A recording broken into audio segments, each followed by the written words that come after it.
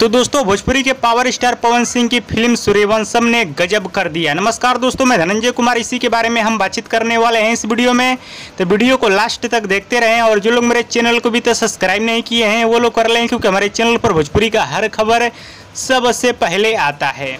तो दोस्तों जब से भोजपुरी के पावर स्टार पवन सिंह की फिल्म सूर्यवंशम सिनेमाघरों में रिलीज हुई है तब से पूरी तरह से बवाल और धमाल मचा के रख दिया है। पहला, दूसरा, तीसरा और चौथा सप्ताह में भी पवन सिंह की फिल्म सूर्यवंशम धमाल मचा रही है। और चौथा सप्ताह में पवन सिंह की फिल्म सूर्यवंशम बहुत सारे मल्टीप्लेक्स सिनेमाघरों में लगी हुई है। और पवन सिंह की फिल्म सूर्यवंशम मल्टीप्लेक्स में सिर्फ गिनती गिनाने के लिए लगी नहीं है, बल्कि ये फिल्म मल्टीप्लेक्स में हाउसफुल चल रही है। जी हाँ दोस्तों, भोजपुरी के पावर स्टार पवन सिंह की फिल्म सूर्यवंशम मल्टीप्लेक्स में हाउसफुल चल रही है। इसकी जानकारी दिए हैं इस फिल्म के प्रोड्यूसर अपने इंस्टाग्राम स्टोरी के माध्यम से, जो कि आप लोग स्क्रीन में देख सकते हैं। मुंबई और बिहार दोनों जगह पवन सिंह की फिल्म सूर्यवंशम हाउसफुल चल रही है मल्टीप्लेक्स में। और आप सभी को बताना चाहता हूँ, पवन सिंह के इस फिल्म को देखने के लिए टिकट भी नहीं मिल पा रहा है। पूरा फुल टिकट, पूरा हाउसफुल चल रहा है सर।